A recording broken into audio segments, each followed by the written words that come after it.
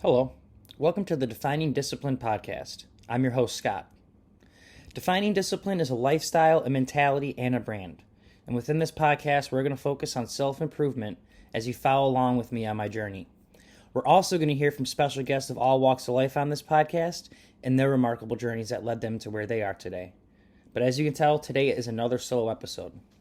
Today is day 31 out of 365. I challenged myself to run every single day out of the year this year. Today was 31. I ran 6.7 for a total of 104.4 on the year.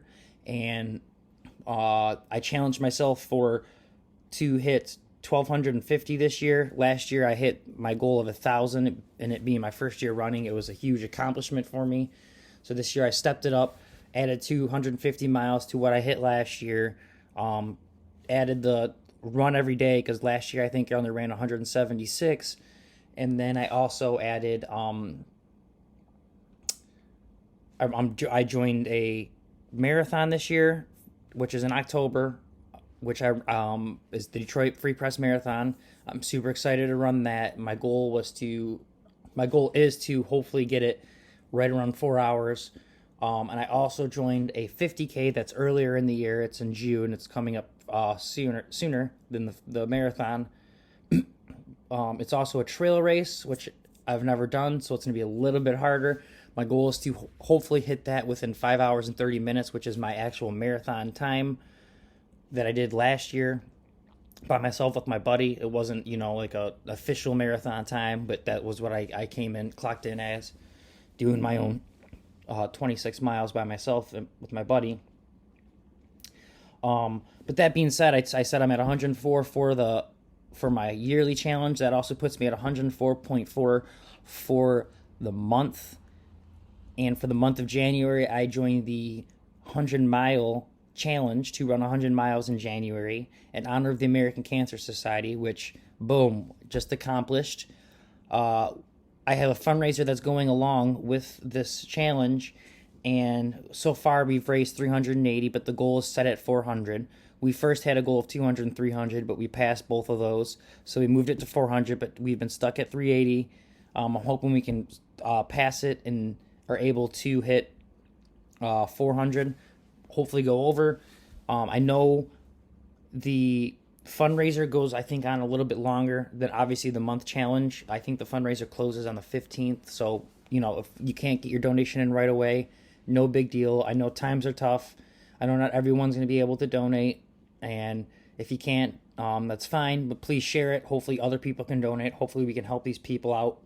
I'm very proud that we've so far even hit 380. That's really awesome, guys. I don't know who personally is going to be getting the money and where it'll be allocated to, but I know the people that it's going to be helping out are really appreciate it. That being said, with this challenge and this fundraiser, I had such a good time doing it. I think I'm going to set another challenge for February. I don't know about the 100-mile challenge or whatever, but I'm going to try to do another challenge, and I'm also going to start another fundraiser for another cause and try to raise more money. I think I'm going to try to do that every month and raise money for different causes throughout the year while I'm running. So follow along, and let's see what February's cause is going to be. And let's see if we can raise some money for that. That being said, I talked to you guys yesterday and the day before, episode 29 and episode 30. They were both kind of about, relative things that are different. They were about procrastination. 29 and 30 was about patience. And I kind of told you today is going to be episode 31. We are going to close out the month. It's going to be a month in review of January. So for today, episode 31, we're going to get kicked into it. It is going to be month in review, January. That's the theme. That's the title. Nothing special, nothing crazy. I also told you guys yesterday that we would review, I would review how my month has gone so far. I would also talk about some new gear that I didn't talk about in the first episode of gear. Kind of show you guys what I do with it, how I use it, how I like it. And I'm also going to talk about my goals and how so far they've come along, which I kind of just touched on at the beginning of the episode, but we're going to go with some other things in that as well. So first month down, I would love to say it was easy as hell and it was fun, but at some points it was neither of those. Some days it was easy, other days, like today, it wasn't as easy. I knew I had to get at least 2 miles in. I wanted to get a longer run in, so I did 6.7. But I needed the 2 to hit the 100-mile challenge, and I was just kind of beat. It was a crappy day. The easier days I found were the days when I told myself I was going to do a big run, but then I'd get up and be like, well, I got so much stuff to do today. I'm just going to, throw in a real short one. And the short ones, those helped out. Those actually help out a lot when you're trying to run every day. Putting a lot of those in. But then I go on my apps and see other people put in these big milers and stuff. And I'm like, oh man, I want to run. I want to go out there and put these miles in. But I know my race right now isn't putting a whole bunch of miles in. It's kind of just consistent, being consistent about it. So it's been a journey. It's been hard. There's plenty of days this month I woke up and waited till later on in the day to try to run. And then it was a struggle trying to get out there, trying to force myself to do it. It's definitely been a journey and it's been a lesson. I got 11 more months to go. I'm, 1/12 of the way in. It's fun. I'm glad I did it. I know it's going to be hard and it's only going to get harder. It's not going to get any easier, but it's a way for me to continue to challenge myself and to push myself, and I'm glad I'm on that. Speaking of some stuff though about challenges, I did challenge myself, other things that have been kind of being pushed aside, not necessarily because of my running, but like I said a couple episodes ago, I had been procrastinating, and I was working on my basement, trying to finish my studio, trying to get everything moved down there, trying to start getting episodes ready for guests to be on. And I've just been kind of lollygagging around. So I definitely need to step up on that. This past month has been productive, but I could definitely be more productive. I could find more time to allocate in different situations and quit wasting so much time listening to other podcasts while trying to work, getting caught up in it and things like that. Kind of a little review ahead for February. Like I said, I know in order to hit my 1250 goal, I kind of need to average like 108, 107, a little bit less than that, miles per month. So I know I didn't bust out too many this month. November I busted out 130, and then in December I busted out 125. So January I wanted to take it easy. I didn't want to go too hard with it. So I did 104, like I said. I'm thinking I'm gonna try to keep it right around there for January, but I'm trying to get a plan of how I'm gonna get my runs in. I'm thinking I might do one big long. I definitely want to do another half coming up this week. I think the first week of February I want to get a half marathon in. My last one wasn't bad, but I actually went a little bit slower than my average time on it, and I wasn't prepared. I didn't bring enough fuel and a lot of stuff with me, so when I got back I just felt like crap the rest of the day. I wanted to be able to get through it and push through it and be all right with it. And I also need to get back on some more trails, but I think the first week I'm going to try to put in 4 mile and a halves, and then I'm going to do, I think, 2 3.5s, and I think I'm going to try to do 1 half marathon. Like I said, I'm going to try to average out around 25 at least, but my goal is to maybe hit 27 a week for the month of February. That being said, don't want to get too much longer with future goals. This is again month in review of January. My overall body, I'm not too sore. My legs haven't hurt too much, too bad. Sometimes I get a little bit of shin splints, but from how I was actually kind of feeling in mid-December and stuff, I feel a lot better. My body doesn't feel completely depleted, and I'm working for it definitely, but I can definitely feel the muscles starting to get ready for it, And today was a little bit tougher than normal. Last Sunday I went out on a trail. It was a little bit tougher than normal. And then the Tuesday before last Sunday, I think I did my first half marathon for the year. That's where I was not really prepared. I just kind of went out and was like, I want to do it. You know what? Why not? But overall, like I said, feel good. Month of January has been great. I did get a few new toys since I talked to you guys, and one of them's not even new. I just completely forgot to talk to you guys about it, and you guys might be wondering if you've been following along on some of my runs, especially outdoor, or some of these episodes that I've been shooting outdoors. You might be wondering, like, wow, that's some like really great camera work for him supposedly running. Like, how's he shooting all this? I'm actually just doing it on my my iPhone, but I have this cool gadget right here. This is the DJI Osmo. I think it's the 2, maybe a 3, I don't know. They got a newer one, though, that doesn't even attach your phone. It has its own camera, which is, I think, a little bit better, because this one you got to go through like a whole series of, balancing the phone on there to be correct and stuff. But basically what this is a gimbal for your phone. And if you don't know what a gimbal is, it's something that stabilizes your video. So that's why it's not jumping everywhere when I'm running. It just looks flat and it's real smooth. It makes everything smooth and nice. I've been taking my pictures with that, and I've been taking my videos as well with that.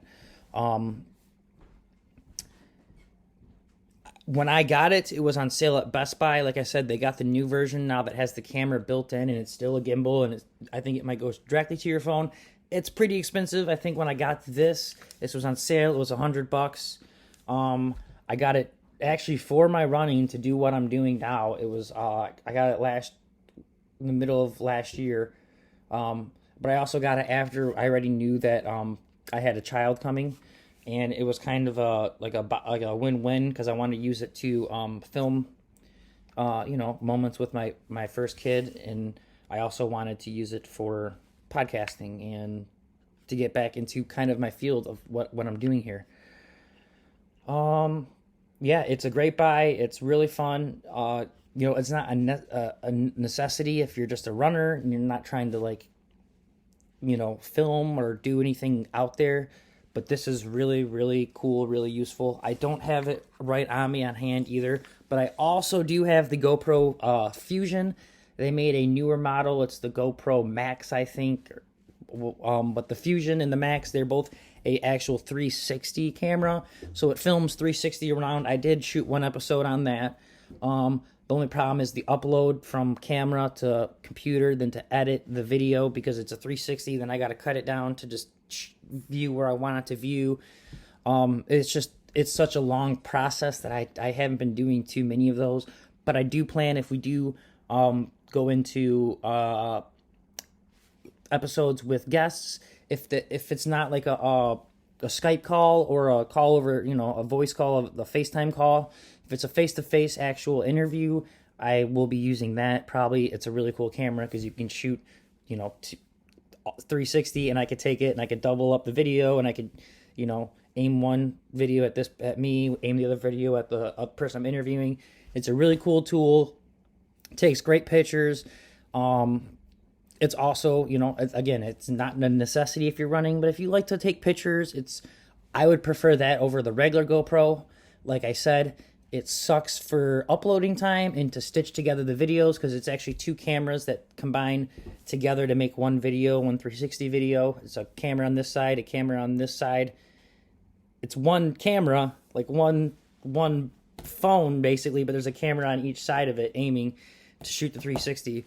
But it's really cool if you guys are trying to get better videos, whatever your field is, even if it's running or if it's just going out and shooting videos of nature or just whatever you like to shoot videos of. If you're trying to get cool videos, I suggest getting a gimbal This one's great, like I said, and I definitely suggest getting a 360 GoPro Max or Fusion. I got the Fusion. Definitely get the Max. I don't think they sell the Fusion anymore. The Fusion, their software, they haven't updated it because they got the new version of the Max. So GoPro kind of screwed me on that. Screw you, GoPro, for that. Other than that, it's good. It's really, really cool. Now, I also wanted to talk about some other gear I got. I did get some cool summer Nike gear, ready for summer, some matching stuff. So when I'm out there, I look cool when I'm running. But other than that, I want to talk about trail running. My buddy took me for the first time trail running last Sunday, like I said. And he always preached it was a different animal, and it is a different animal. We went out there. We live in Michigan. It is currently January. If you can't imagine how cold and icy and snowy it can be, it actually has been a pretty mild year, but the trails we went on were still 100% ice. And he told me it. I didn't believe him. I didn't believe when he told me. I was like, yeah, I bought trail shoes. They'll be good enough. He's like, you're gonna need something special. But speaking of trail shoes, I do want to talk about shoes in general. I showed you my first shoes. I told you I had the Nikes Shields that kept me dry and everything. And they're perfect. I love them. I love Nikes. I know people don't, but everyone find whatever is comfortable to you and rock them. I knew I liked Nikes. I knew how the Nikes fit me. So I went out and I actually got a pair of Nike Trails. And I'm going to show you these bad boys right now. These are the Nike Trail Pegasus Gore-Tex. Okay. You can see they got a lot of grip on the bottom for trail running. Okay. And they got the Gore-Tex, which is also waterproof, just like the Shield. They got a lot of cool colors in these. These are pretty expensive, though. These were, I think, $165. I actually had a gift card, I think, for $120. So they only cost me personally $40. But brand new, if you don't have a gift card, these are quite an expensive thing. But I will tell you right now, these rocked so well. They were so comfortable out there. I ran in them one time, never even worn them and like to break them in or anything. I just threw them right on my feet and went running, and I didn't have any blisters. My feet felt great after, and my feet stayed warm, comfy, and yeah, I give these a double thumbs up, 10 out of 10. Like I said, I know a lot of people might not like Nike and people not want to be able to spend this much money on a trail shoe. But if you get a trail shoe, make sure you find one you like that's comfortable. Especially if you're trying to do long runs on trails, you don't want, me, I'm about comfort, but you can clearly see I got this shoe. I'm kind of also a little bit about style. I want to be stylish out there. It's more important to be about comfort than to be about style, clearly. This isn't even exactly the color I wanted, but it was available, and I was like, you know what? Boom, let's get it. I kind of like it. Let's just do it. I need a pair of trail shoes to go running. Picked them up. I love them. They're great. Get yourself a pair of trail shoes. But speaking of that, my buddy convinced me. He's like, you need spikes. I was like, I don't need spikes. He's like, no, you need spikes, dude. I'll pick them up. I'll pay for them. What size you need. I'll meet you out on the trail. Pay me when you get there. You'll thank me later. And I did. I paid him a little bit extra. He's like, dude, you need to pay me this. I'm like, no, dude, you went out and you got these for me. You didn't have to go out and get them for me. I told you I was going to order them off Amazon, but they were going to come late, so I was just going to wait and not even have them today. You went out, did the extra mile for me. You keep that extra cash.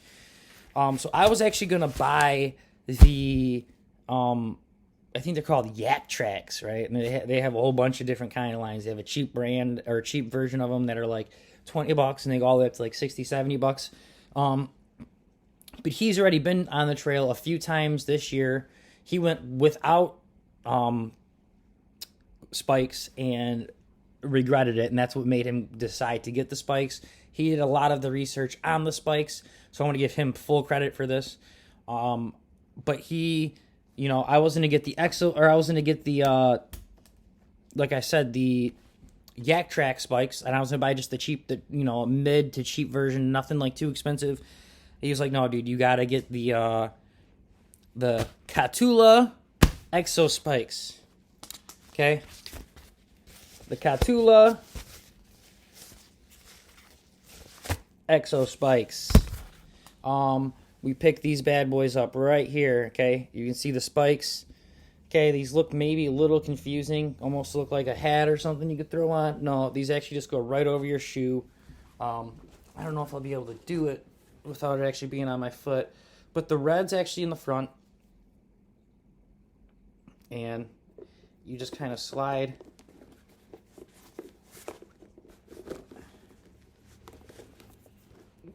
Trust me, it's a lot easier when your foot's in it. You kind of put your foot in the front like that. It's like that, and then you just kind of take the back, stretch it over the heel. Like that. Here we go. Just like that. They don't look too, beautiful. They don't look great, but I'm going to tell you right now, these work magic, okay? We were going down hills that were just like this, straight ice, and the whole time I'm running, I'm like, this isn't going to work. This is just going to slip out. I'm going to eat it. Like, this is it. Here we go. No, these things kept me on my feet, gave me so much traction. I couldn't believe it. Like, they don't even seem like that deep or that sharp, but they worked great. Thank you so much, Joe, for the research, for the hard work studying out there, figuring out which ones are going to work best. Ironically, he actually had some trail shoes. He went through trail shoes before I bought mine. He told me to buy a whole size bigger. He regrettably bought a whole size bigger. He actually got blisters because he bought too big. But you are supposed to go a little bit bigger than your actual shoe size, especially when you're running big miles, because your feet will swell. But I think he overcompensated. He bought too big of a shoe. So last time when I actually met him out there and he brought these for me, he actually bought a brand new pair of shoes. Here's another free advertisement. He went to REI, informs me that REI actually has a full year return policy, even on used things. Like if you wear them and they don't fit right or something, I guess you just can return it within a year. That's cool. So he picked up a new pair of shoes, new trail shoes. He's went through his troubles of, what to and not to do while out there. Thankfully he did. So it kind of saved me a little trouble of finding that out for my first time. Though I still am new to the game, and I only went on one trail, so I'm no professional. I'm just letting you know what we've done so far and what worked. And I wanted to just kind of update you guys on some of this new gear that I've picked up, and I really enjoy. That's kind of it for the month of January review. I don't want to keep you guys going. This has already gone a little longer than most, I think, my episodes. Thank you guys so much for listening. Yet again, January, it was a blast. Went by super fast. Can't believe January's actually already over. So that's the one positive about these challenges I'm thinking, is that it zoomed by. Like, I can't even believe January came and gone. But yeah, other than that, I hope you guys enjoyed some of the new gear I kind of went over and wanted to discuss with you. I hope you enjoy following along. I hope you guys look forward to the new challenges I'll be setting up for February, some of the new daily disciplines I'll be setting up for February. And yeah, I want, again, just thank you for listening and following along. If you can, please give the Facebook, the Instagram, the YouTube, and our podcast platforms, give us a little like on them, give us a subscribe, give us, a share, let people know about it. And that is pretty much it, guys. This is episode 31. And you know what? It is an episode, so I guess I do have to leave you with a daily discipline. And that